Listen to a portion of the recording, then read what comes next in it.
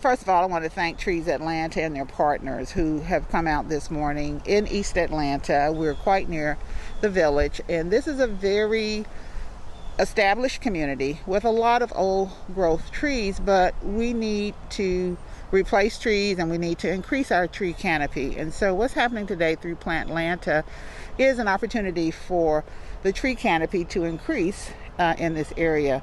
We're planting trees in the public right-of-way, and I'm so happy that Trees Atlanta is not only going to educate neighbors on the proper way to plant trees and to take care of trees, but they're going to come back and continue to maintain them until they're strong enough for nature and for neighborhood volunteers to take over. Yeah, I'm out here with residents of Ponce Highland along with good folks at Trees Atlanta, planting trees here in the neighborhood, but also we're doing this all over the city, which is important to our tree canopy and continue to make our neighborhoods shady and lovely. So we're planting, I don't know, probably 50, 60 trees in a couple streets here, and it's great to see so many people out engaged in the neighborhood. I've been telling the folks out here today that they're poets, because one of my favorite quotes about trees is from the poet Khalil Gibran, who said, trees are the poems that the earth writes upon the sky. And so everyone today is planting a tree that will one day be a backdrop on the sky when we look up. And so we're all a little bit doing our role to be poets today in Ponce Highland and across the city. We were surprised by the rain, I will tell you that. So we don't have to add the water because Mother Nature provided the water for us today. It's raining and it's fine because trees love rain.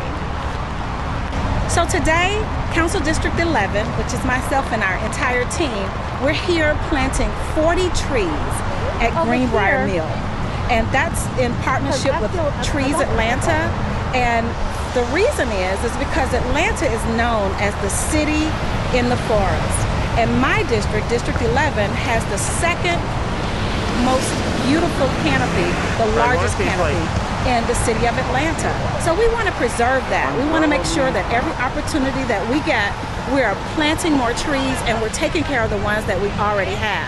So that's what we're doing today, and the community has joined us. They registered and they joined us, and we're planting these trees over at Greenbrier Mill. Yeah, so we've got a tree planting here today by Trees Atlanta for the city of Atlanta, and I think it's really appropriate given that we are in Atlanta, the city in a forest. So we're helping to make the forest even bigger here in Atlanta. Actually planted trees with Trees Atlanta a lot in the past. I remember planting about 15 years ago in Chastain Park, and it's fun to go by and see those trees and how they've grown in 15 years. This is about quality of life. This is about making sure that we are green and that we remain that city in a forest.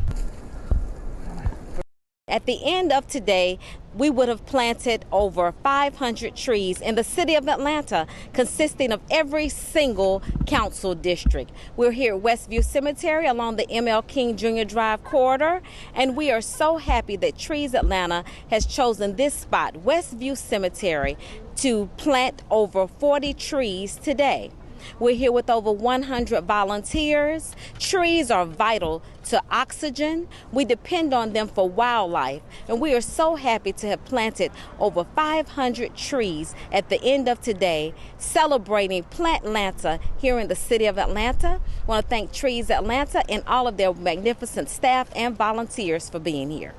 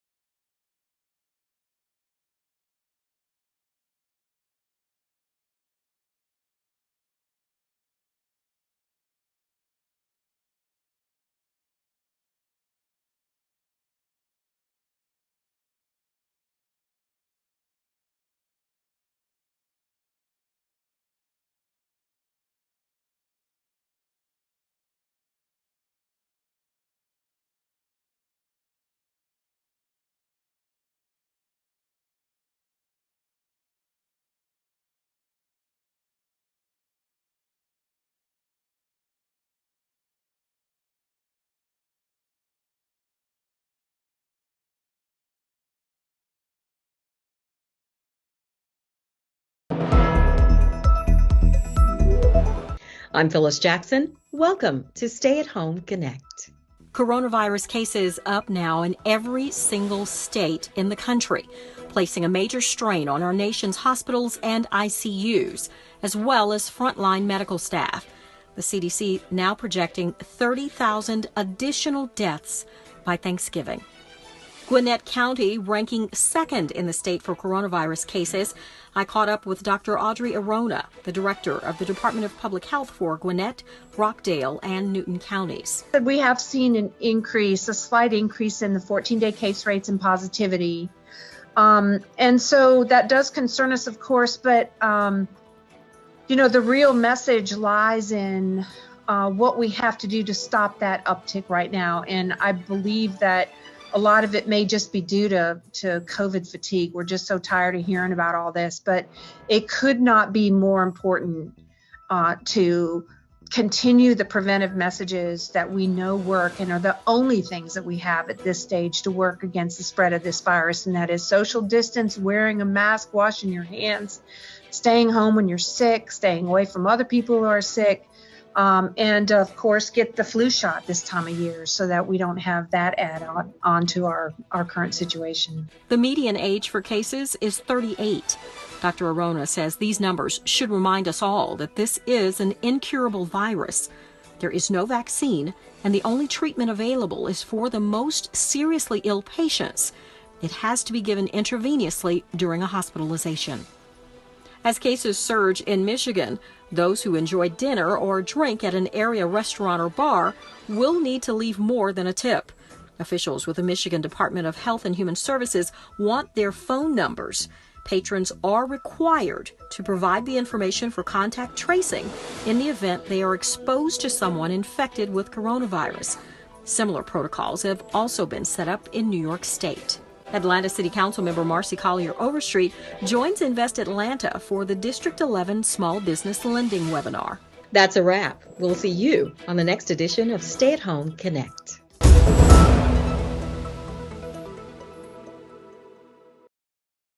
I was just blessed to be able to be on the wall, not knowing that I was going to be here until a couple of days ago, and somebody sent me a photograph. But I mean, I knew Hattie Watkins, who is the mother of Willie Watkins, and who helped to get the funeral home here in West End. So most of the people on the wall are people that I know, people that I've worked with. So these are people that have been committed to the West End and Westview communities. But even with that, they've been committed overall to the city of Atlanta in terms of making this city better. And I don't know of any other place, now that I'm going through my mind, where there are women that are being honored. So this is truly something great here in this city.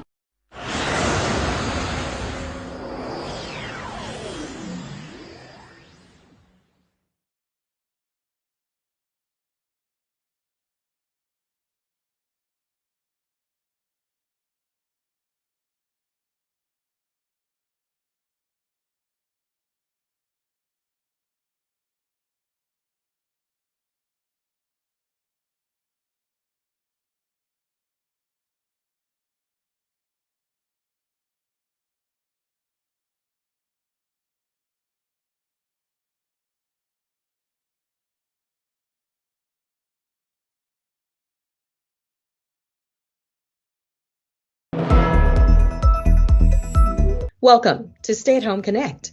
I'm Phyllis Jackson. Officials with the CDC say pregnancy creates a higher risk of severe illness from coronavirus. A study involving 400,000 COVID symptomatic women of childbearing age led to concerns about the risk. Data from January through October 3rd of this year found that admissions to ICUs, invasive ventilation, a need for oxygen, and death were more common among pregnant women symptomatic with COVID than non-pregnant women with confirmed cases of the virus.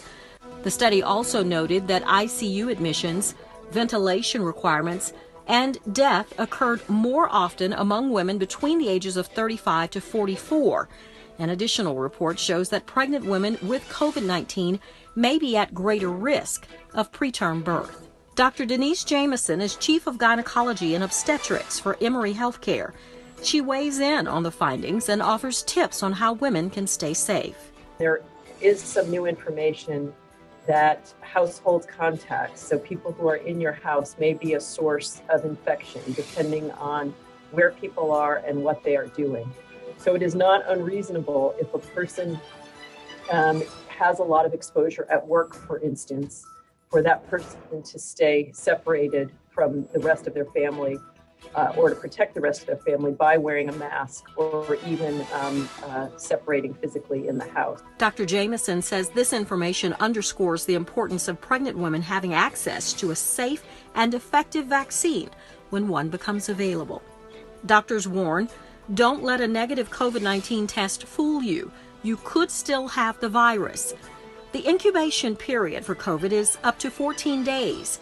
Anytime before that, you could test negative and have no symptoms, all the while carrying the virus and passing it along to other people. Dr. Justin Lessler, an epidemiologist at the Johns Hopkins Bloomberg School of Public Health, says the virus just takes time to replicate in the body to detectable levels. The CDC estimates 40% of COVID infections are asymptomatic, and 50% of transmissions happen before symptoms begin. Doctors say the best test is a PCR test, which searches for the virus's genetic material. It's considered highly accurate and does not need to be repeated. Atlanta City Council member Marcy Collier Overstreet joins with Trees Atlanta to plant trees in District 11. That's a wrap. We'll see you on the next edition of Stay at Home Connect.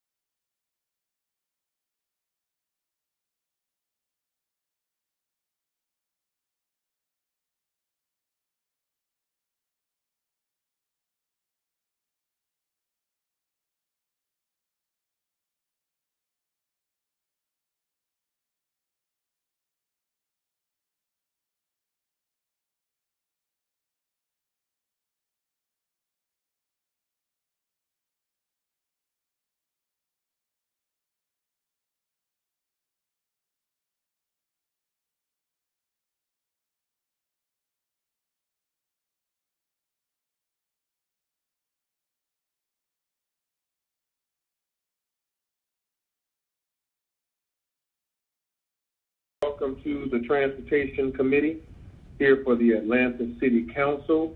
Today, we have had to move our meeting to Monday because Wednesday, when we normally meet, Wednesday is Veterans Day. So we have moved our meeting to Monday to avoid, having staff and others work on Veterans Day and to honor the veterans of our country. My name is Andre Dickens. I have the pleasure of serving as your transportation chairman. And at this time, I think we have everyone on the line. So if you could, Ms. Pulandini, will you do a roll call? Yes, Mr. Chair. We have you on the line, Councilmember Antonio Brown.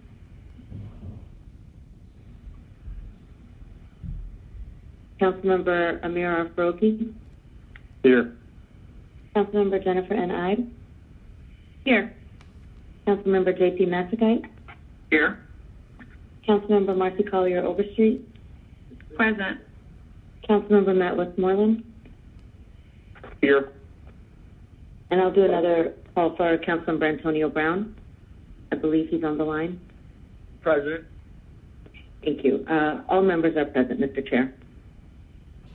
That's fantastic. Thank you, all members, for being here. We, of course, have a quorum and a full set of members for the Transportation Committee. Now, if you would, please read the remote meeting statement. This Transportation Committee meeting is being conducted remotely as advertised and as in accordance with OCGA 50-14-1. The meeting will be conducted in conformance with Robert's Rules of Order and the Rules of Council as authorized by the City Code. The public may access the meeting by dialing 877-579-6743, conference ID 831-599-1256, which was noted on the November 3rd, 2020 public meeting notice. The public may also view the meeting on Channel 26, the Council's homepage at citycouncil.atlantagA.gov, the Council's YouTube channel, or the Council's Facebook and Twitter pages via @ATL Council. All presentations are available on the Atlanta City Council Transportation Committee presentation page. The agenda was published and made available on November 6, 2020 via atlantacitygA.iqm2.com. In addition, the public was able to submit comments via voicemail at 404-330-6059 between the hours of 4 and 7 p.m. the day before this meeting. All persons present on the remote council meeting conference board are requested to mute your phones and speakers.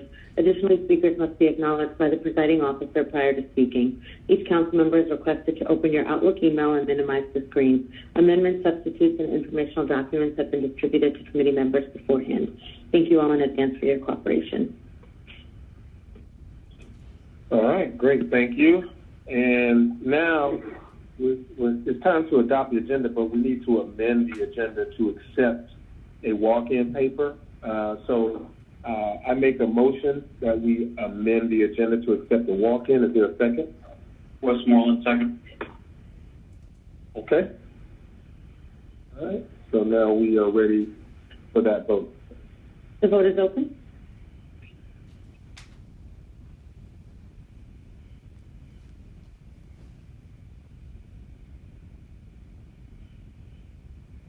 Mr. Dickens, can you record me in the affirmative? This is Jennifer. I got kicked off the system. Okay. So Ms. Ide is affirmative. What about you, Mr. Brown? Affirmative as well, Mr. Chair. Okay. The vote is closed and the agenda has been adopted. 7 yeas, 0 nays. I'm sorry, the agenda has been amended. No. Right. Now make a motion to approve as amended. Is there a second? Westmoreland. Okay. Vote is open. Let's vote. Mrs. Ide. Oh, okay. Mr. Brown. Affirmative, Mr. Chair. Good deal. Vote is closed. 7 yeas, 0 nays. The agenda has been adopted as amended. Okay. And am I seeing this correctly? Is Ms. Winslow on the line as well? Councilmember Winslow, Yes. have you joined us? I'm fine. Yes, I have. Okay, good. Great. Welcome to the Transportation Committee. I think you might have an item that you'll speak to. We're just in the beginning, so I'll get to you once we get to those items. Okay, thank you. All right, thank you. All right, now I make a motion to approve the minutes. Is there a second? Westmoreland. Second, Overstreet. Okay, that was Westmoreland for the second. Let's vote on the minutes.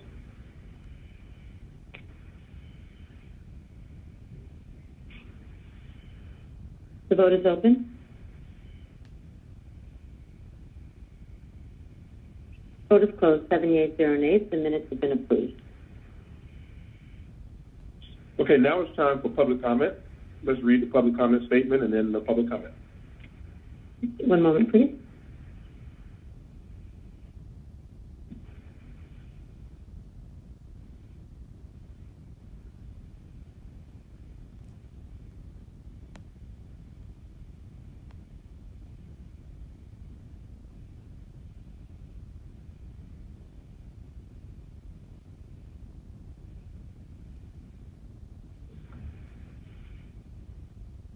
Greetings to you, committee members and staff, and special greetings to you, citizens of Atlanta, monitoring your government in action and taking note of the degree to which public comments made by citizens are respected and acted upon.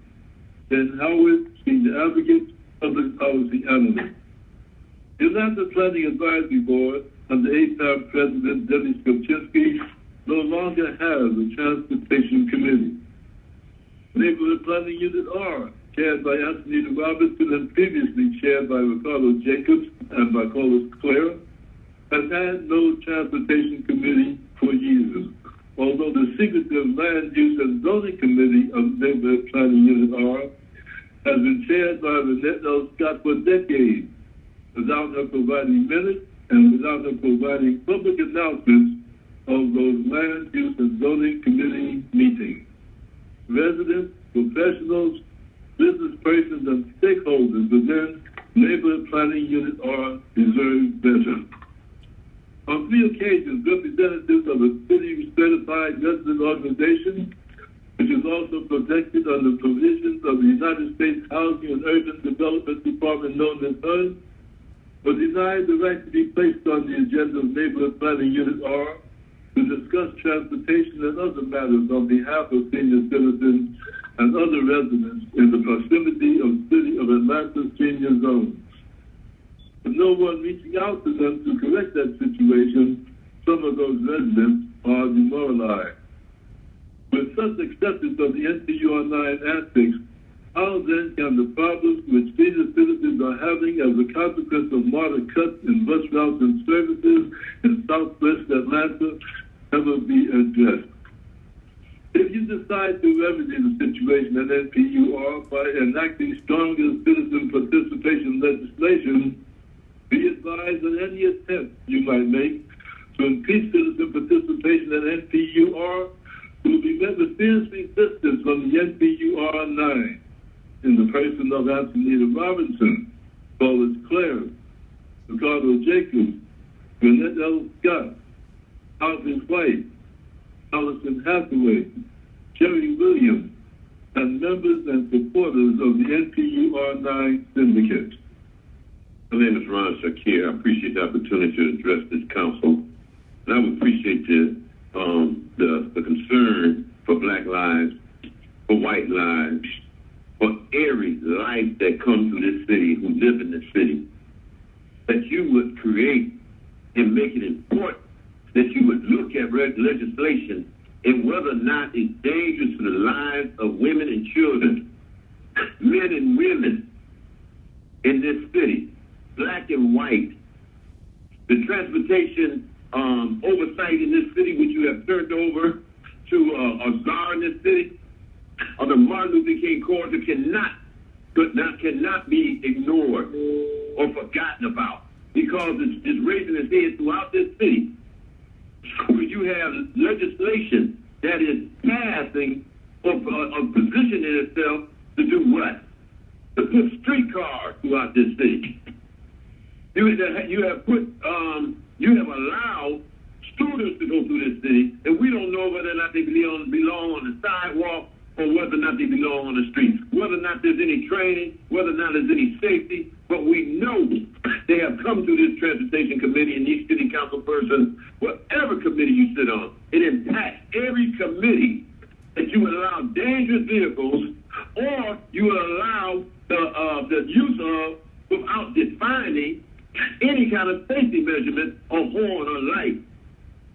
public would know about. This city council is dangerously irresponsible. And I would hope that you would look at the dangerous impact of every piece of legislation and the impact of systemic racism that you use. And when you have this here, when you blind to systemic racism, you would knock out industry like taxis, like cars for hire. Excuse me, let's get that specifically about the taxes. Checker cab, all the neighborhood cabs that companies have basically gone out of business. In the city, at the hotels, at the airport. But then you let run wild any other kind of transportation oversight of ignoring the safety and the sustainability of it. These taxi cab drivers is important, it was important to the growth of expansion in the convention business in this city. You need to be more attentive. My name is Ron Shakir. I'm tired of this guarding of black lives and all people. Ron Shakir. Yes, I am.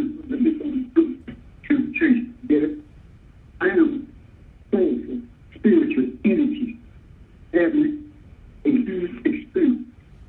Not a physical man. Not a man that wants not be transparent. So, the truth or transparency. So I ask you, members of this committee, President of the given legislation said 2017, we're going to pay for micro services and of those who offer them bad conditions and disrespect this on the street. But yet, this pandemic, the prioritize your interest for service and transportation more of the normal side, more of the upper class land and working individual, Caucasian, or the normal community. So I ask why is it that you can't even take the interest of the transportation committee to collaborate to help relieve the pain that is suffering by our people living up under the bridge all around City Hall, all around the capital of Georgia. Why is it that we can talk about Mr. Biden, the new president, who was responsible for putting hundreds of thousands of young congregated dark men and brown men in jail? Kamala Harris was responsible for hands to get out of the jailhouse, and she wanted to keep them around to fight the virus. How can I call that transparency? How can I call the youth under what this transportation committee being transparent when you're not even the line of being worked on after 3 years you told me? Why is it that I'm asking you to collaborate, to reel up the heart for the benefit to help for these people that live on the street, these people that have access to buildings that are bolted up. You got buildings bolted up all the time of the building, all over this city. P Street roads. You got buildings that could be used and converted to let people get out of the cool weather that is coming. You got this piece of last bark that's been said, big rump, Secretary of Housing, you have ACON. You members on this transportation committee, sit on other committees. Where the transparency is from you all for the benefit of our constituencies, people that the majority of citizens of this city. How long should people that look like brothers, how long carbonated dark and you people got to stop when you still get Boston and people today? Mark our faith and term. Transparency is the word today. Transportation committee.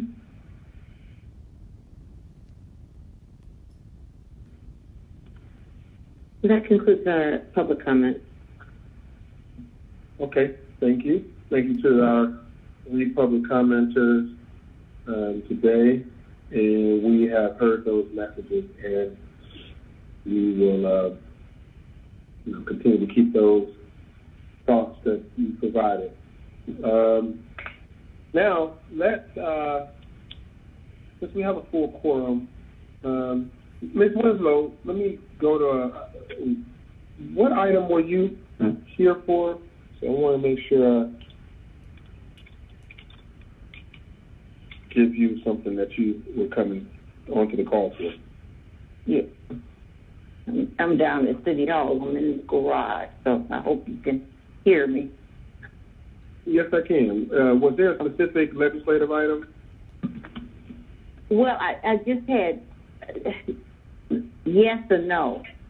Yes on one, and that was the one on Lucille Avenue, asking for a traffic study to be done because of cars speeding up and down the street. That's been sitting in the committee for a minute, so I just wanted to kind of get a response from the Transportation Department. And then I believe there was a piece of legislation that was passed some time ago, it might have been last year, for a four-way stop at the corner of Beecher Street and Rochelle Drive Southwest. And I took Mrs. Protina Alexander out there last year, and that four-way stop sign has not been put up, and that's essential because now people are parking on both sides of the street, and a person has to pull out in the middle of the street in order to see, and it's dangerous. They're pulling out from Rochelle on to Beecher to see, and they can't see because new people have moved in and they don't have anywhere to park but on the street. Okay, I got you. Well, why don't we do this? So there is that one paper that you mentioned, the Lucille Drive, that is down in the held section, and yes, sir. we have a short legislative agenda today, so we're going to knock out these 5 or 6 legislative items, and then we'll go to your item. So I just wanted to be respectful. Oh, yeah, that's fine. Yeah, okay. Okay, so just hang on a second. Okay, is Marta making a presentation today? Because I also wanted to be in for that. Yeah, okay. Yes, and Marta's going to make a presentation. And so because our legislative agenda is so short, I'm going to take our legislative items right now. Okay. And then we'll go to Marta. So hold for a second. Ms. Pulandini, if we can, let's go to if there are no objections from council members, I'm going to have the Marta presentation come after the short legislative agenda, if there are no objections to that. Okay, so Ms. Pulandini, let's go to read the ordinance the first read, and then we'll go to the second read. Okay, item number 1, 20-0-1691, an ordinance by Transportation Committee to amend Chapter 138 of the City of Atlanta Code of Ordinances, so to create Article 8 to be titled On-Street Street-of-Way Dining, to establish regulations related to and procedures for the authorization of eating and drinking establishments that wish to operate outdoor dining areas on the street in the public right-of-way and for other purposes. Item number 2, 20-0-1692, an ordinance by Transportation Committee to restate and extend on a month-to-month basis, not to exceed 10 months, the Technical Operations Center and Central Terminal Support Area Lease Agreement between Delta Airlines, Inc.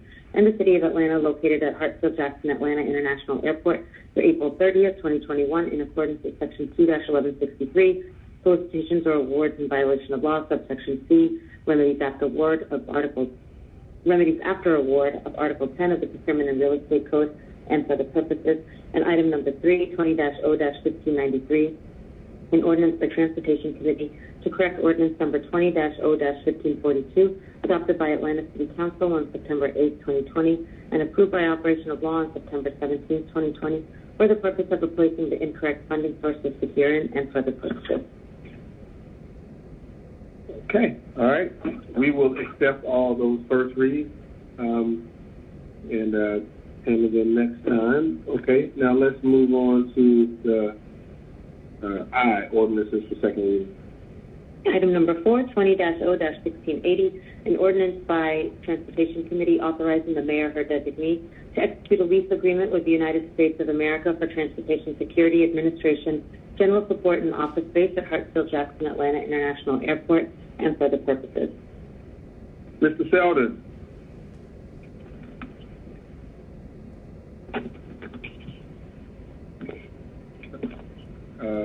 Can we make sure that Mr. Selden is not muted? Good morning, Mr. Chairman. It's John Zeldin, the General Manager of Hartsfield-Jackson. And how are you today, sir? Doing well. How are you? We're doing well, too. But today we'd like to talk about a lease with our friends at the TSA, a 7-year lease from August 2020 through July 31st, 2027 for a little over $15 million. It's $2.1 million per year for 30,000 square feet of space here in our terminal. And there are 1,800 TSA officers here at Hartsfield-Jackson, and they screen the passengers, the baggage. There's air marshals, and there's canine dog teams. And they have numerous checkpoints throughout the airport and break rooms and offices. They have a North, Main, and South checkpoint, a checkpoint in E and F recheck, international departure levels, and they do a yeoman's work here for us and keep our airport running safe, and we'd like to enter this lease with them. All right, I'll make a motion to approve. Is there a second? Second, Matsakite. All right, sound like Overstreet for the second. All right, let's prepare a vote. The vote is open.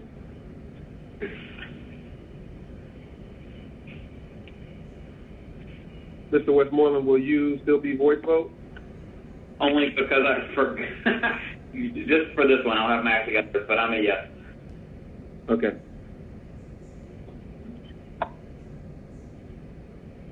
Vote is closed. 7 yeas, 0 nays. This item is favorable. Our next item is number 5, 20-R-4567, and a resolution by Transportation Committee to fund the Plane Train Tunnel West Extension Project component for project number FC-9277, Plane Train Tunnel West Extension Phase 1, Progressive Design Build at Hartsfield-Jackson Atlanta International Airport with Clark Atkinson Technique, a joint venture comprised of Clark Construction Group, LLC, Atkinson Construction, and Technique Concrete Construction, LLC, in an amount not to exceed $60 million and 0 cents for construction services. All contracted work will be charged to and paid from account numbers listed herein and for other purposes. All right, Mr. Zeldin. Yes, sir. So this $60 million contract follows on to a previous contract that you all have approved for us that enabled our contractor to dig a 50-foot deep, 35 diameter hole where our west west curb was out in between the SkyTrain station and the parking lot out there, and that's finishing up. And this is the next phase of that project, and this project is going to speed our plane train up from around 120 seconds between trains down to about 90 seconds between trains. And what it is, the vertical tunnel from the surface vertically down 50 feet is almost completed. Now we're going to make the turn and go horizontally in towards the terminal about 350 feet. The tunnel diameter that they're going to dig is about 20 feet in diameter with a flat 12-foot bottom to it, and that'll be phase 2. There'll be another phase coming forward that will then give us another 500 feet of tunnel to get the turnaround completed.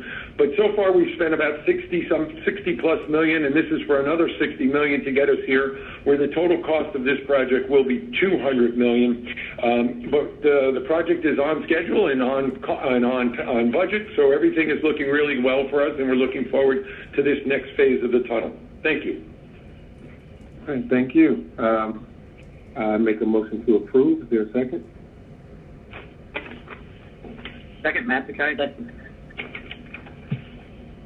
Okay, we have Matsakite for the second. Let's go ahead on the vote. The vote is open.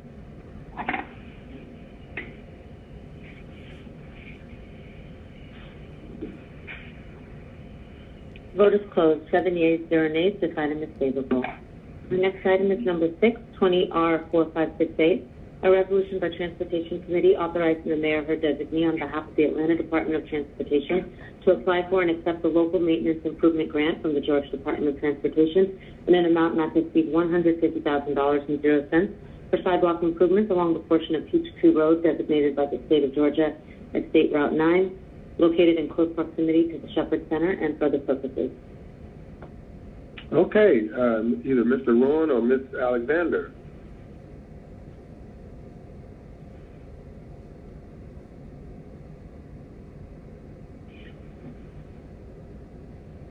Hello, Mr. Rowan or Cotina Alexander? This is Cotina Alexander, Atlanta Department of Transportation. On last year, DPW, which is now ATL-DOT, coordinated with the Department of Transportation to make some improvements to the sidewalks on Peachtree Road around the Shepherd Center. GDOT agreed to assist with issuing the permits along the state route, as well as contributing $150,000 towards this project. This legislation gives us permission to accept the $150,000 from the Georgia Department of Transportation. Motion to approve, Matscott. All right. Is there a second? Second, Brown. Okay. Let's go with Matscott and Brown as the second, and let's prepare this vote. The vote is open. And Ms. Pulandini, I was stumbling a little bit because Mr. Rowan says that he is muted. I'm texting him now. Can you make sure that that he is no longer muted? Yes, Mr. Chair. We'll make sure he gets on the line. The vote is closed. 7 yeas, 0 nays. This item is favorable. Mr. Chair, would you like to take up the walk-in paper before the held item? Well, let me ask this: is Mr. Rowan on now? Yes, sir. I'm here. Thank you. I actually wanted to make two comments on what you just passed. We've talked a lot about sidewalks, and this is how we're going to do it going forward. A special thanks to GDOT for their financial participation. Okay. You said you wanted to make two comments. No, I wanted to make the comment just that GDOT stepped up and put this one over the finish line for us with their funding. So that's a really big deal. We're greatly appreciative. Great. All right, good deal. So yeah, let's go to the walk-in item, and then we'll go to the held item. And Mr. Rowan, the held item is a transportation department item. It's Lucille Avenue from Miss Winslow. So be sure to look at that, and then we'll get to you in a second. So let's go on the walk-in item. A resolution by Transportation Committee authorizing the mayor or her designee to execute an agreement between the City of Atlanta, Georgia, the City of Atlanta, Georgia Power Company, and Atlanta Airlines Terminal Company for resiliency and standby electricity generation capabilities at Hartsfield-Jackson Atlanta International Airport and for other purposes. All right, Mr. Selden. Yes, Mr. Chairman. John Selden, the General Manager of Hartsfield-Jackson. In December of 2017, there was a significant power outage here at Hartsfield-Jackson. In August of 2018, a reimbursable agreement with the Atlanta Airport Terminal Company was approved for $130 million to provide full electrical backup for the terminal and elevators and escalators and exit doors. Subsequently, an agreement between Georgia Power and AATC was agreed upon, and the generator piece of that was pulled out of that legislation from August of 2018, and that's not the right word. What I want to say is that we are descaling that legislation and reducing it down to about $24 million by descoping the reimbursable agreement. Because of that agreement with Georgia Power and AATC, now the cost to us will be $24 million, which basically will cover the life safety and fire systems inside the terminal building and not the generators itself. And subject to approval of this legislation, we thought that because all of this work is being done on city property, entering into an agreement with Georgia Power and AATC via a three-way agreement, which is before you today, was the way to proceed. These generators are not going to be property of the city, and they are being provided at no cost to the city. And the city attorney is working with us to negotiate the terms of that agreement. Thank you. Thank you. I have somebody ready to speak. Ms. Overstreet. Fantastic. Thank you, Chair. First of all, I will definitely be supporting this legislation. I mean, we don't have to rehash what all we've gone through, what we went through before without these partnerships. So I'm very thankful for the partnerships. So I will absolutely be supporting these efforts. And but I knew that we don't have any more legislation with you, so I wanted to let you know that this is to Selden and his entire team, that I appreciate your community forum, and I attended one, the ATL Strong 2020 community briefing.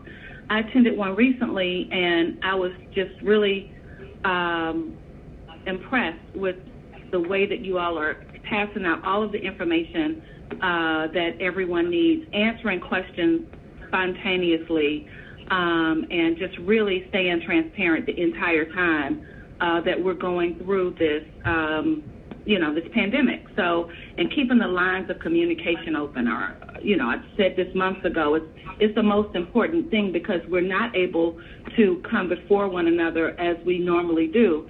So, just being open, transparent, constantly having these briefings and accepting questions and providing, feedback and details. And I just wanted you all to know, the entire team to know that I appreciate it, and that I will be attending some more of the briefings just to make sure that I have the answers also. So thank you.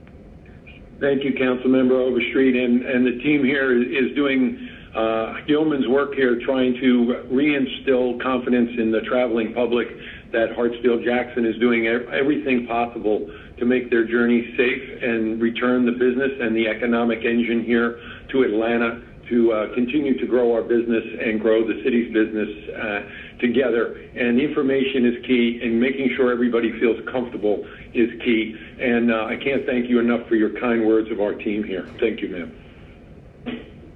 Well deserved. Thank you. Outstanding. All right. So that was the presentation related to this item. If there are no other council members with questions, I will make the motion to approve. Is there a second? Second, Matsakite. Okay. Who was that second? Second, Matsakite. Okay. All right. We got a second by Matsakite. Let's prepare our vote. The vote is open.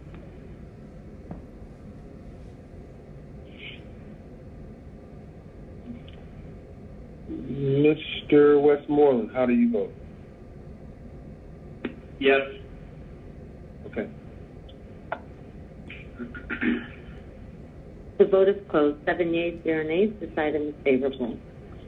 Yeah, thank you. And Mr. Selden, while you're still on the call, we are approaching the holiday season. I didn't want you guys to leave without saying a few words about what your anticipations are, any updates you want to give. I know I'm putting you on the spot, but Thanksgiving is usually the most traveled holiday. So just wanted to kind of get some understanding of any changes that you'll be making as we get COVID spikes, et cetera. Yes, sir. Obviously, we do expect an impact from COVID-19 here at Hartsfield-Jackson, that we will have reduced numbers. Very shortly, you're going to see, right now we're running somewhere between 1,400 and 1,600 flights a day here at Hartsfield-Jackson, which is off from our normal 2,600. And very shortly here, by the end of November here, by the Thanksgiving holiday and going into December, we're going to be up very close to 1,800 to 2,000 flights a day. And those planes, instead of being 90 or 95% full, will probably be 65 to 75% full, depending on the airline you're on. But we're expecting a robust travel period during this time, considering we're in a pandemic. I think what we're seeing is many, many families want to get together. They've been separated for a very long time now, and the holidays are just the thing that is needed here to bring families back together and visit folks and spend some real quality time with your family, and of course doing it safely. So we are expecting a pretty good turnout here at Hartsfield-Jackson compared to the rest of the country, because we are a major hub. And secondly, I think consumer confidence in air travel just gradually, and I think the very good news today about the vaccine will also help. That came out last night. So we're looking for a media event in December.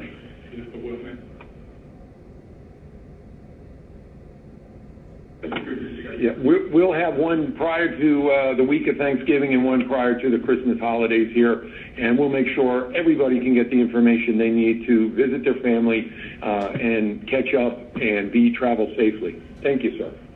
Okay, and you have plenty of PPE for all that enter the airport for that time. So you guys going to be passing it out? Yeah, sir. We started with a little over 5 million masks. I think we have roughly 4.7 million more to go to hand out. Yes, we have plenty of PPE, and if anybody needs some, please come by the airport. We will gladly provide you some free masks. But again, we're still doing all of our cleaning, and there's some technology coming out for these virus protection cleaning solutions that last more than 12 hours. There's some technology coming out that we're looking at. Hopefully we can get the solutions that work for up to 90 days. So we're working with AATC and our airline partners to provide the safest travel possible for all of our customers here. Okay. All right. Good deal. Thank you. Thank you. Okay. Let's go to the consent item.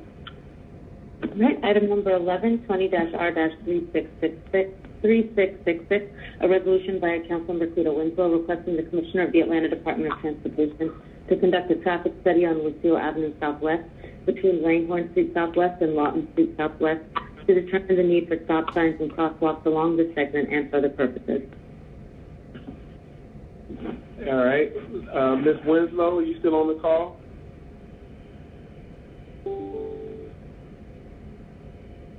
Well, Ms. Cotina Alexander, can you speak to this? Yes, so Cotina Alexander, ACLDOT. The traffic study for Lucille has been held because we've noticed during COVID, traffic volumes are severely reduced, and the study wouldn't meet the requirements for the study. We are seeing that traffic volumes have started to improve as we see, some schools are returning, people are returning back to the offices and that kind of thing. So we would like to continue to allow this to hold at least after the first of the year, just because we know now we're getting into the holiday travel season, which also causes school is going to be out. It's also going to cause volumes to be reduced. So if at all possible, we would like for this piece of legislation to hold until 2021, when we feel that schools will be back in, volumes will be returning to normal, that kind of thing. All right. Thank you for that explanation. Is it possible, I want Ms. Winslow to speak to this, but I think there may be another solution that could be to pass it, but to delay the required date of it being completed. It seems Ms. Winslow wants to make sure this doesn't fall out of our, we don't want to lose it at the end of this calendar year. Well, I don't want to speak for Ms. Winslow, but I'm thinking of another solution. Ms. Winslow, are you on the phone still? Right, yes, I am here, and so thank you, Mr. Chair. I appreciate that. What I'm hoping can be done, because this is, when things do get back to normal or near normal, this, of course, is the route for the school buses to pick up children. So at some point in time, there's going to be an increase in traffic flow. And this is a major thoroughfare. And, of course, the buses, MARTA has reduced the route. But this is, I think there are one or two bus lines on Lucille Avenue. I think it's the 58 and the 68, but I believe there are two routes. So then we've got those two, then we've got the school buses, and then, of course, we have Kipps Drive is there as well. So that's another one. So what I'm hoping is that, and maybe I need to put some legislation in before it drops off on the end, at the end of this year, that we have a stop sign at the corner of Lucille Avenue and Atwood. So I'm wondering if that's been looked at, Ms. Alexander. I know there are already 2 traffic lights. That one is at Langhorne and Lucille, and the other one is at Lucille and Holderness. So has any of that been looked at? I don't know, council member. I have myself on the other line who is checking our traffic study information. After the meeting, I can definitely send you an update on what we've looked at along that corridor. Yeah, because when the bus stops and when the school bus stops, it's stopping in between the 2 traffic lights. That's what I'm trying to say. It's stopping in between the 2 traffic lights. So something needs to be in between there. Okay. Okay. We'll take a look at, yes, ma'am. Okay, because otherwise, as the chairman said, it's going to drop off the radar in the next 60 days, and then we have to start all over again. I don't want to do that. So what I'd rather do is come up with a solution between now and the next committee meeting, so we can get something passed. Okay, and if I have to, I can always go to both of the schools and find out where the bus stops. Would that be helpful to you? Sure. All the information together. Okay, all right. Okay, you want me to make my case, do the dissertation for you? Okay, I'll do that. Okay. And your second request for Beecher and Rochelle, we did study that one, and it did not meet the requirement for an always stop. The volumes on Rochelle was very, very low compared to the volumes on Beecher. But what, I understand that. I was just over there Saturday. I'm over there all the time, and I'm telling you, you have to pull out in the middle of Beecher. Somebody's gonna get hit.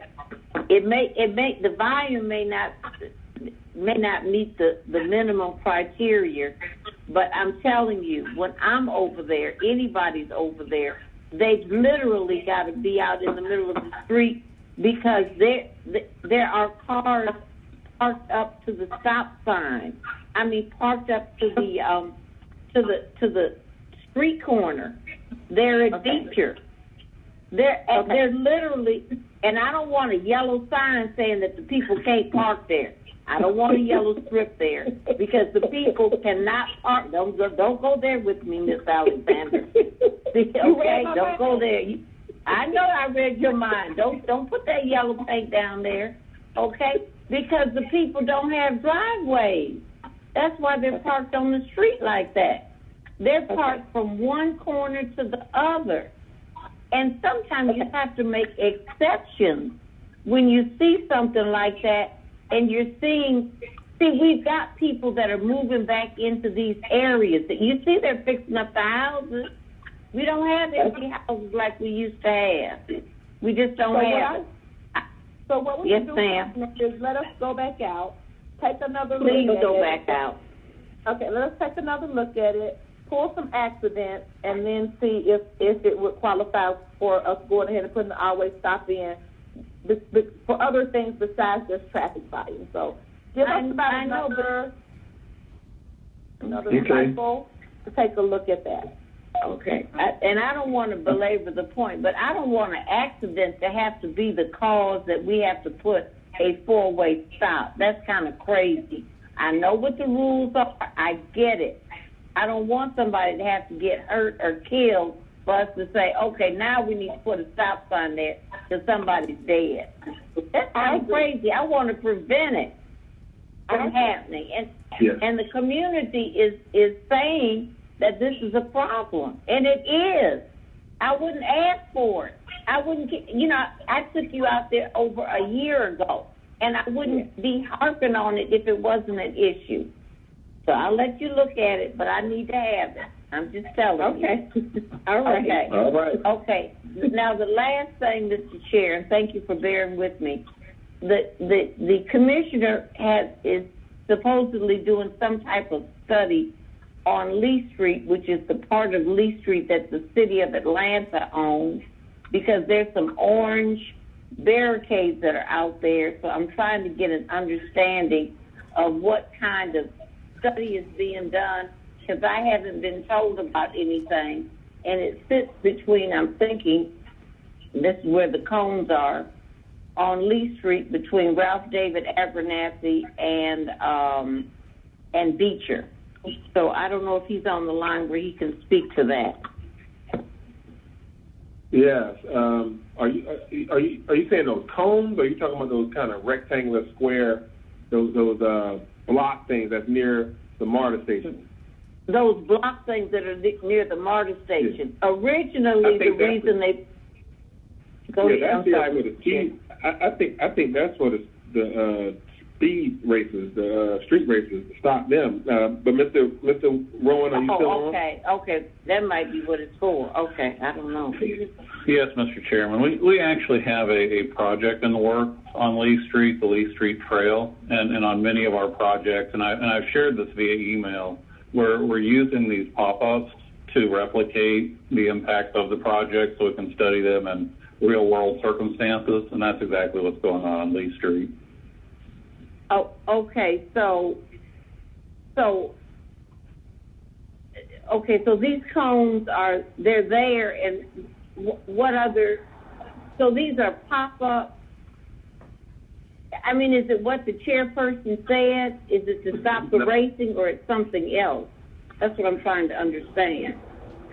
It's really both. I would direct you to Piedmont. We have a project planned on Piedmont also. We've got a pop-up lane closure out there for about 5 months now, and it's to study how the people behave when that lane is taken away. And so even the roads you mentioned earlier, they're all very wide, and to slow traffic down, be it the weekend street racers and the muscle cars, or the everyday street racers who are going 15 miles an hour over the speed limit. We have very wide streets, and so we're looking at narrowing on a citywide basis. And so on many of these projects, we're taking existing pavement and repurposing that for either bike lanes, sidewalks, or in this case, a trail. Okay, well, I knew about the one with the state highway portion because I'd been taken down there by some people that were then with Public Works. So we did a walkthrough on that one last year. So can you tell me do we have a project manager for the one for Lee Street that you just named, Mr. Commissioner? Yes, ma'am. We can resend all of that information to you. No, you don't have to resend it. Okay, I just look for it, okay? So you're saying that in the information that you sent to me, and it was sent from you, that the project manager's name was in there? And I just may have missed it. That's all I'm asking. I'm asking if it was sent from you so I can look for it, sir. Yes, ma'am. I sent you all the contact information you needed for the project. Okay. So I'll get with the project person because things have changed since things went from one department to the other. So there may be some new people on it. Who are the people that are on the other Lee Street State project now? Can you send that information to me, too? Sure. You actually have two projects. You have the trail project, and then you have the Safer Streets bike lane that we're installing. So we can, the best person to talk to, I believe you've already spoken to her, is Jessica Fulton, the Deputy Commissioner over Capital Projects. Right. We didn't talk about the Safer Streets project, okay? I just found out about that when I asked the question about Lee Street. And I think that's when you sent me the email. Okay, Safer Lee Street project. Okay, all right, thank you. I'm just trying to keep up with things, so I appreciate what you're doing, sir, okay? All right. Thank you. Thank you so much, Mr. Chair. Okay. All right, so we don't need to, we'll leave this on hold? Lucille for now, and then you and Ms. sir. Alexander can talk. Okay. Yeah, that'd be fine. Thank you so much for your time. Wait a minute, Ms. Winslow. While you are still on the call, and Ms. Alexander and Mr. Rowan, there is an email floating around about Chickamauga Avenue in your community. There was a study in the Mosley Park area that was supposed to happen. Are you guys aware of that one, Mr. Rowan? I have the service number for speed tables. Was there a request? I can give you the 311 number. I think I actually put some legislation in for a stop sign, Councilmember Dickens, for Chickamauga and Fair Street, because it was taking a while for speed humps. So I put some legislation in. I think it may have already passed, I believe. For Chickamauga and Fair. So maybe Ms. Alexander can answer that for just a stop sign. Let me check on the status. You think there was a request for speed tables as well as a request for an always stop? There was a request from the community for speed humps, but that's been an ongoing request for 2 years. So what I told the community I would do was to put in legislation, of which I did maybe 6 weeks ago, and I believe that was passed, and that was to put a stop sign at the corner of Fair and Chickamauga to help slow the traffic down, because that's kind of like a collector street. Okay. Let me check on that. Yeah, it already passed October 5th. Right. Okay. It's called always stop fast. Yes, it's an always stop. Yes, it's a 3-way stop. Okay, let me check on the status of us getting that installed and see if we can expedite that. Okay, great. Okay, thank you so much. You're welcome. Okay, all right. Was there anything else, Mr. Chair? Nope, Thanks that's it. for bringing that up. Okay. Thank you for joining in. Okay, now there's going to be the presentation, right, by Marta? Yes. We're going to go to Marta right now. Okay, all right. So, Mr. President? Yes. Sorry, there's one more held item, item number 16, that Atlanta Department of Transportation has requested to move forward. Okay. Item number 16, 20-0-1380, an ordinance by Transportation Committee authorizing the Chief Financial Officer or his designee to amend the FY 2020 General Government Capital Outlay Fund budget on behalf of the Atlanta Department of Transportation by transferring between projects the sum of $4,658,516.00 in transportation impact fees for use under FC-8552 traffic signal maintenance for the purpose of modernizing traffic signals, communication corridors, complete streets, and intersection improvement projects to increase roadway system capacity and for other purposes. Okay. Who's speaking to this? Mr. Chairman, this is Josh Rowan, Commissioner, Atlanta DOT. This is actually a yo-yo paper. The committee had approved this, and there was some misunderstanding with Councilmember Shook, so we worked to pull it from council and bring it back, and have worked through the details with him regarding the impact fees and the issues that he had expressed. So I think we're in a good place on this one to move it forward. Okay. All right. I make a motion to approve. We got a motion to approve by Brown. Is there a second? All right. I'll second it.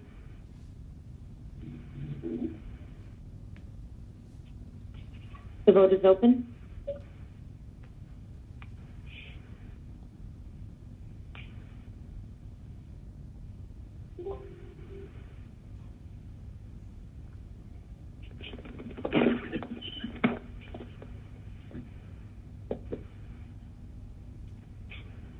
Will everyone please vote?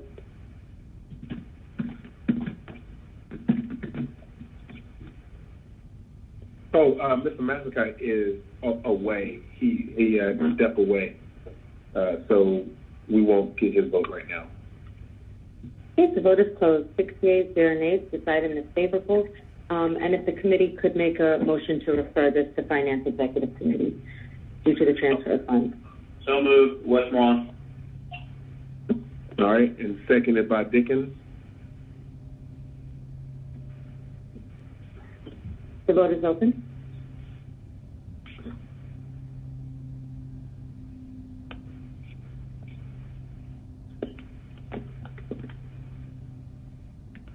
Vote is closed. 6 yeas, 0 nays. This item will be referred to Finance Executive Committee. And that concludes our legislative. Thank you. Thank you. All right, now we will hear MARTA's quarterly update. We have received word that Jeff Parker won't be able to present, but we have Collie Greenwood. So if you could, is your mic unmuted, Ms. Greenwood? I believe it is, sir. Can you hear me okay? Oh, sorry. I said, yes, I can hear you okay. Okay. Apologize for the word, calling you Mrs. That's okay. That happened. Well, good morning, Chair Dickens and Vice Chair Overstreet, and thanks for having MARTA here today to share a briefing with you. As you said, Mr. Parker is out of town, and he's unable to join us this morning, but I would like to acknowledge the MARTA board members that are with us, including Chair Frida Hartage, City of Atlanta board members Robbie Ash, Ryan Glover, and Dr. Rod Edmonds. My name is Collie Greenwood. I'm the Chief of Bus Operations for MARTA.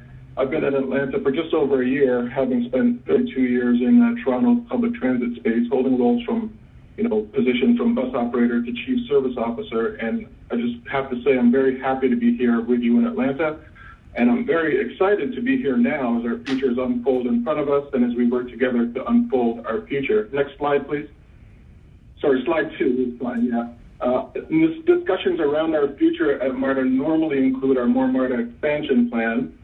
Given there are no major updates to share on that front since we were last here on August 26th, we wanted to talk to you instead about 3 other very important MARTA initiatives. That is our essential bus service, our track renovation phase 4, and Artbound, our public-facing art program. Slide 3, please. To begin with, an update on our essential service plan. Slide 3, please.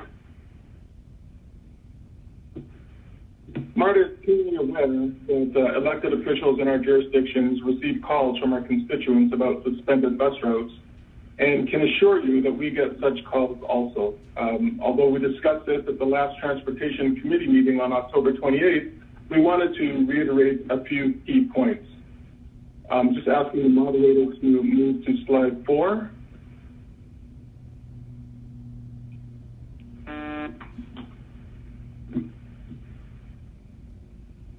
Anyway, you may recall that the plan was enacted on April 20th, and April 20th of this year, and that was in response to some alarming rates of COVID-19 viral transmission.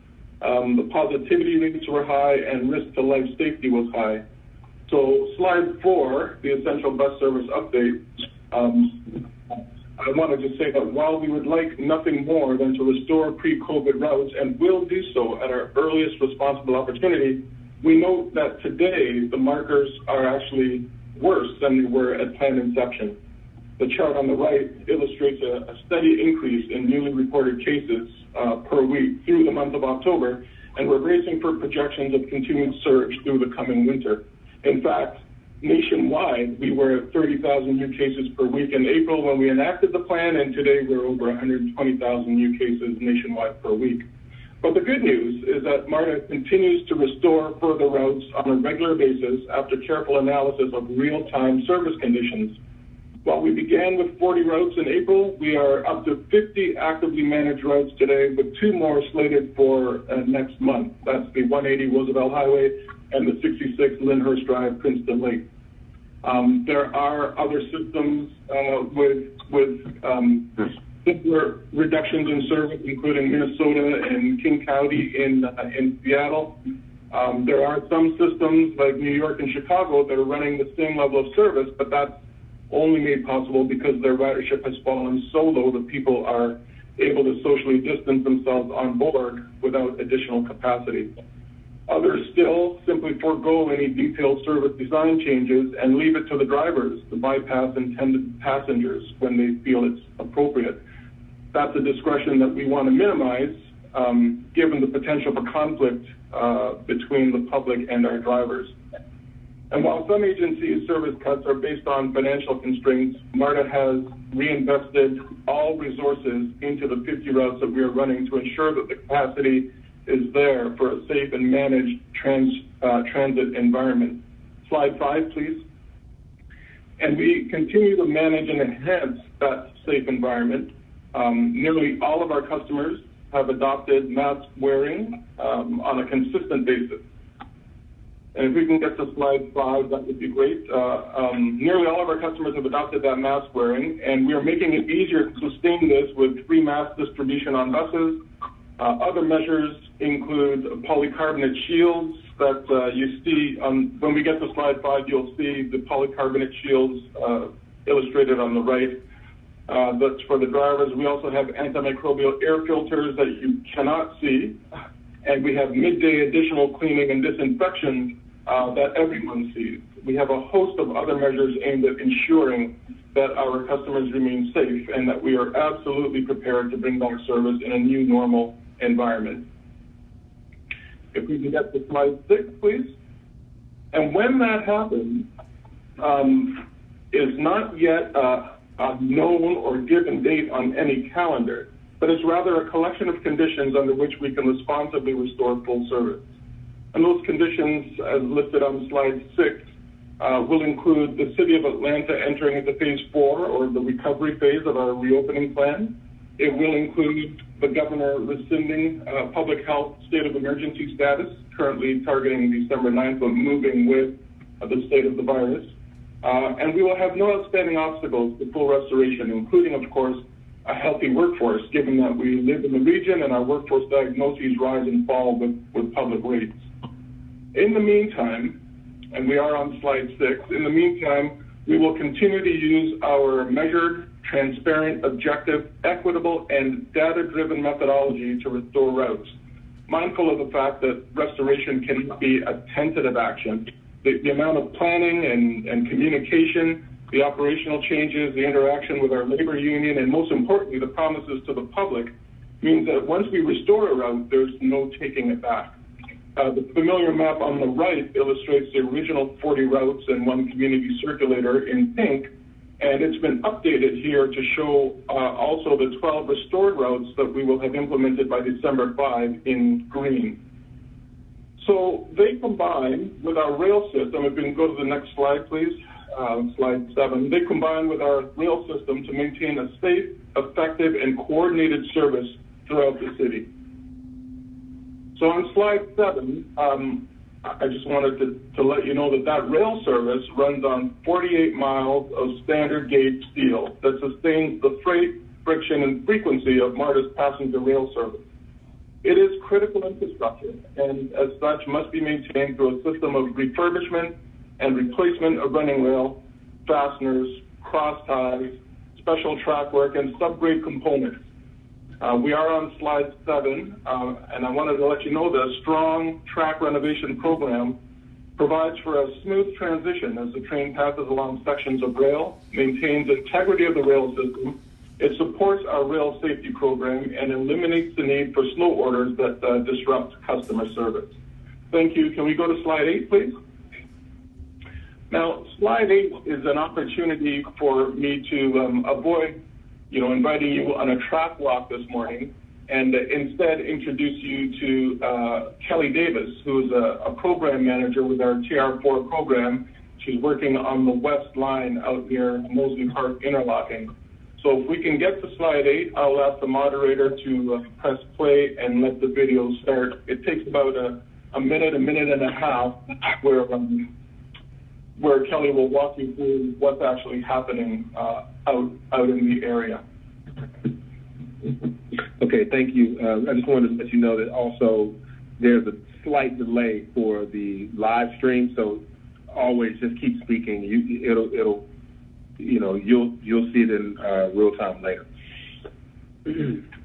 Thank you. I will I'll pause for a moment here because if I was to keep speaking, I'm sure I'd be speaking over Kelly Davis, but I'm not sure how long the delay is.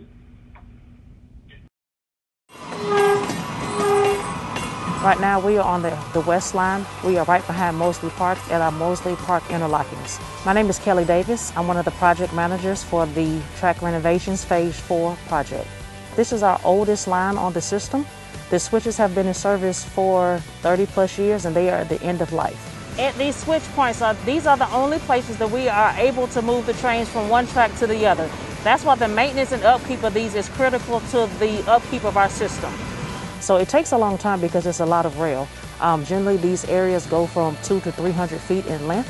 So we are replacing all of the rail and all of the timber ties during that area. The track behind me, as you see, is out of service. So that's why we're doing something called single tracking, which is where we run all trains on one track so we can work in a specified area. That's why you may experience a few delays because we have to make sure that the tracks are clear and safe so the next train can come through. The temporary delays that you experience right now will help us with the general on-time performance that we have.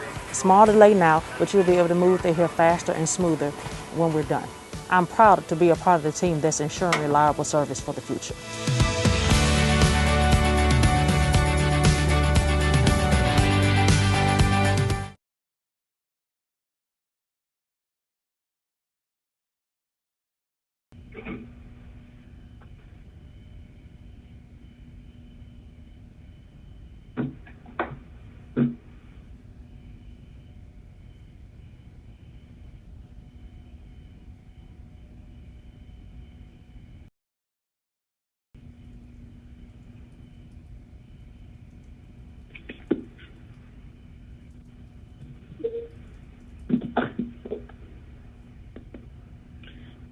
The video is finished now.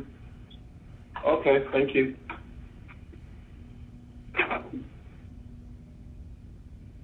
So I apologize for the lack of audio on the video, but the subtitles are there. You get the sense of the magnitude of the work that they're involved with, the importance of the rail, and the fact that, as I said earlier, just the friction and freight and frequency of our trains running over this system means that we cannot leave it to chance, and we'll take no risk in terms of our track renovation program and the importance of this refurbishment.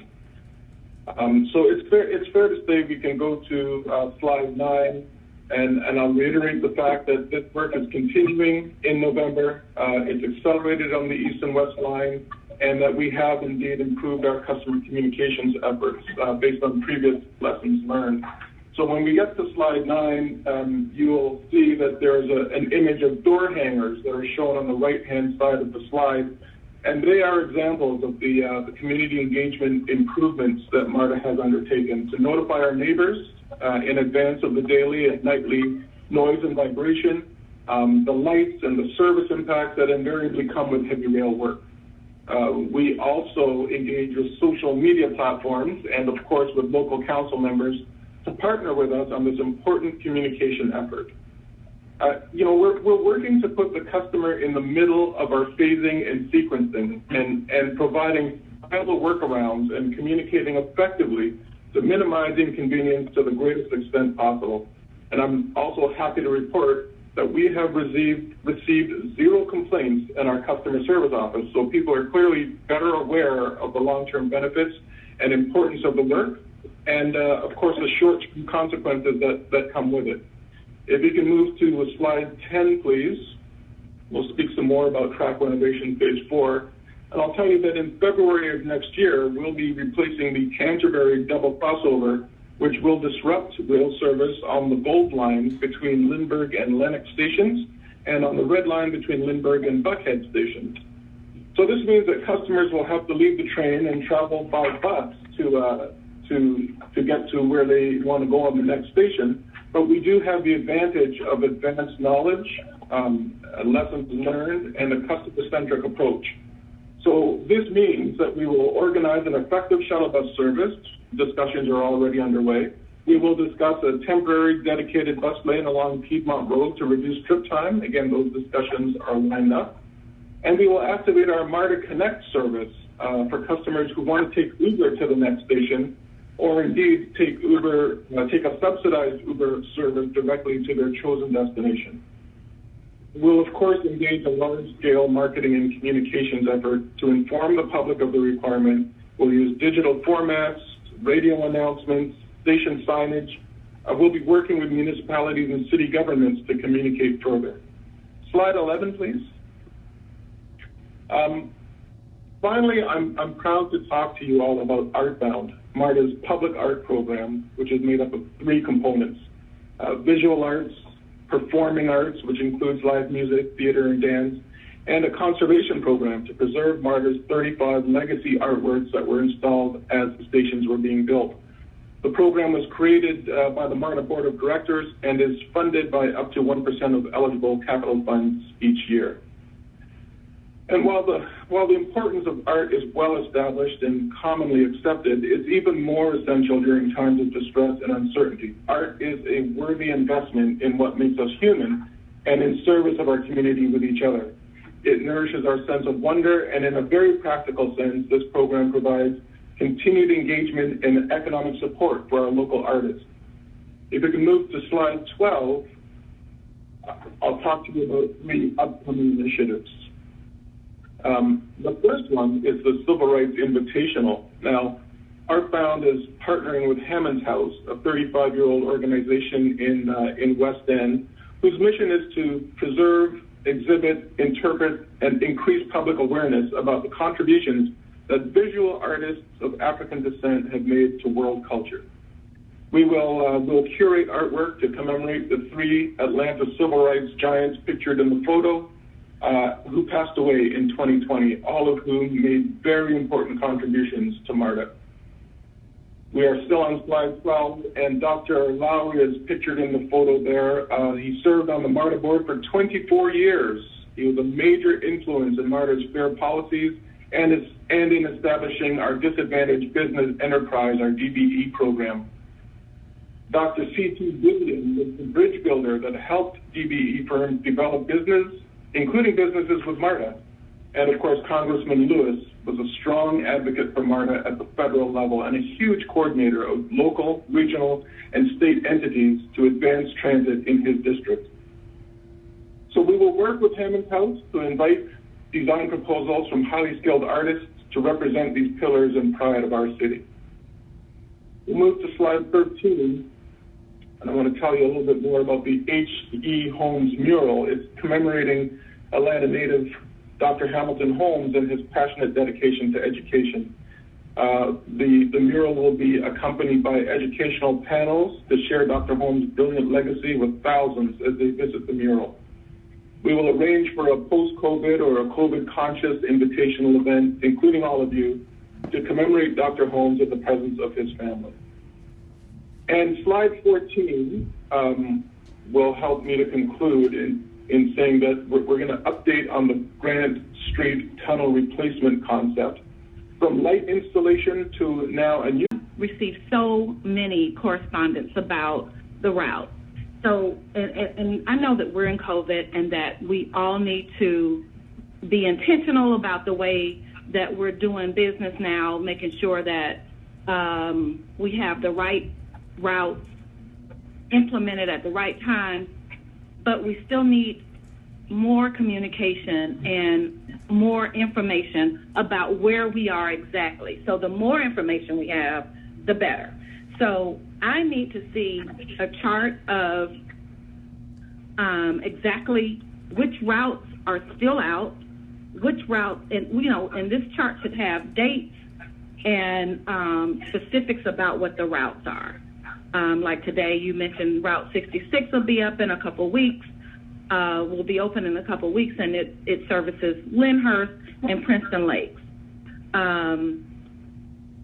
Would like to see those type of numbers and information for all of the routes, so that we can give that information to everyone that contacts us about it. And we just need more information about each route, how we're deciding to implement them. I've had the conversation with leadership at MARTA, so I understand it, but we need to be more forthcoming and given as much information as we can in a way that the community understands it and that they can understand what is coming next and what dates and how long it will take for each route to be implemented if we're still on the same course during the pandemic as we are right now.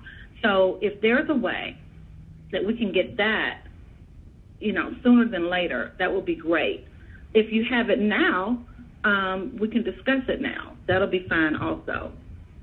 Good morning, Sure. Councilmember Overstreet. This is Colleen Cannon. I'm just going to jump in front of Collie. Of course, his whole team manages all of the buses out on the street every day. The information that I sent to you and all of the council members on September 29th is the information, or I think it's September 25th rather. I'm happy to resend that, but essentially that's the criteria and the rankings for each of the bus routes and the order in which they will be restored. And really, it hasn't changed since then. If it would be helpful for me to resend that, I would be happy to. No, and see, that's the thing. That's what I have. But see, now that it's November, I was hoping that we would have an update. We need, and if nothing has changed, like you said, then, I understand that you don't have anything else to send right now, but, it just seems that.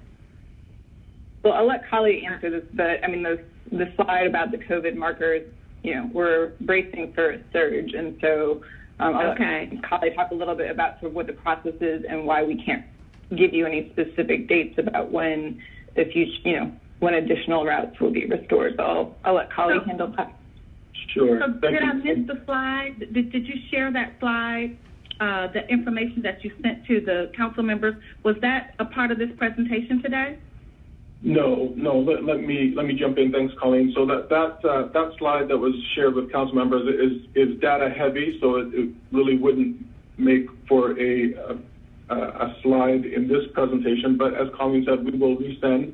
And I'm happy to speak, at length about the ranking system that we've applied to these routes. So we started by listing all 110 of MARTA's routes. We ranked them in accordance to those that were providing service to hospitals and urgent care centers and major industrial corridors, as well as grocery stores and supplies. And then we continue to rank them based on pre-COVID ridership as well. We initially cut in the first 40 routes based on that ranking system. And then after that, we've been re-implementing routes based on the ability to take out resources from the initial 40, because what we did was we used double the number of resources on each route to allow for social distancing and the capacities on our vehicles. So it's a real time observation. We didn't have, as you can imagine, we didn't have data prior to COVID about what those routes would be operating like with those doubled capacities, because this is uncharted territory for all of us. But we did continue to watch and observe and take resources back from those doubled resources.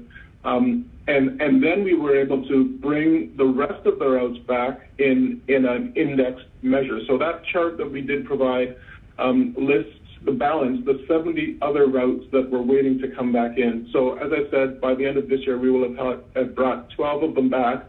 And that ranking is based on the same criteria that we initially started with the addition of service to communities that were underrepresented or communities that were at risk, as well as the criteria also included feedback from stakeholders and customers. So that list has been established, and we have been bringing them back since April 27th. In fact, 2 routes on June 15th, 2 on July 4th, 1 on August 1st, 2 on September 26th, 2 on October 24th, and as I said, 2 on December 5th. That cadence is about the cadence that we hope to continue. But that observation is very, very necessary, because as I said, we can't just throw the resources back and tell the public that certain routes are back, and then only to watch the surge cause us to have to pause that service. So again, we can talk offline if you like, and we can provide an update on all of those tables. But I'm happy to say we are following that same measured open and data-driven methodology that we've always done. So my main concern is that I've looked at everything that you sent and spoken about it. I understand it fine. I do think that we should trust the public and still provide even a data-heavy spreadsheet of some sort to let them in on the process and let them in, and them is the public, let them in on the work that you're doing so that it doesn't look as if there's nothing being considered, because that's the way, you know, people are perceiving it at this time, in which I know that we've never been in this type of situation before, and that you have a measured way of implementing the bus routes and why we are where we are with the number of which buses and which ones and when they're coming back online. I do get it. I've had an intense conversation about it, but at the same time, I would have loved to have seen that information in this presentation, because those are the questions that we're receiving on council, especially the Transportation Committee, and especially in an area that is reliant upon transportation. So, you know, Southwest Atlanta is asking a ton of questions about it. And I just want to make sure that we are providing as much information as we can. And we're going to let each individual figure out if it's too much information or not. That's my preference. So I'm fine.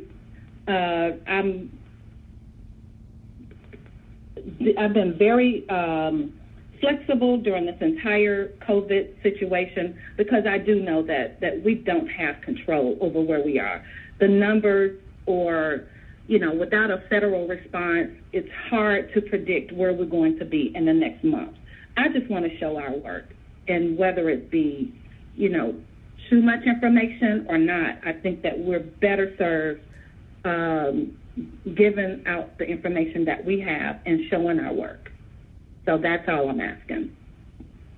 Understood, Vice Chair. And so we will resend those tables with everything in it, and stand ready to discuss them further for anyone that would like to have that conversation. Thank you. Sure. And how are you planning to make it a public document, not just in the council? Because, you know, not just for us, but for everyone. Councilmember Oversee, this is Colleen again. We'll look at putting it on our website in the information with all of the COVID service changes, and we'll get back to you once we figure out the best way to do that. Oh, that's perfect. I appreciate that. Thank you very much. Mm-hmm. Thank you.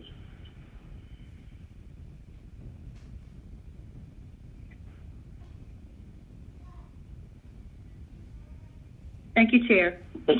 Okay. All right. Thank you, Ms. Overstreet. You actually captured a lot of the thoughts I had and questions I had, so I won't need to ask mine. And any other council members have a question, a comment for Marta? Okay. Good deal. So, Colleen, you know, the interest we have related to bus routes and the constant need to for citizens to get around. They do share with us, while they understand COVID, they still need to get around. So, you know, I know you guys, we got 2 that came back on recently and got a couple more. When we get to at least half, because right now we're below half of the route, so we're normally at 110 routes, we're at 50 if I'm not mistaken. You get to 55 or 60, you start to, you know, at least have some, you know, some success at being able to say you're at half, and those people will be benefited by that. But of course, we still got to maintain safety. So any updates we can get not at this level of, the quarterly update kind of level, but at a level of each transportation committee meeting between now and the end of the year. Just be prepared to give status updates on new bus routes that may be coming available, and we have that prioritized weighted scale list, so we know which ones should be coming next. But if you can continue to update us on that, Ms. Greenwood and Ms. and Kylie, that'll be great. Okay. It would be our pleasure. Thanks, Chairman. All righty. Thank you all. Anything else for the good of the order from any council member? Ms. Pulandini, did we do what we were supposed to do today? Yes, Mr. Chair. Okay. All right. If there are no other questions or comments, we stand adjourned. Thank you all.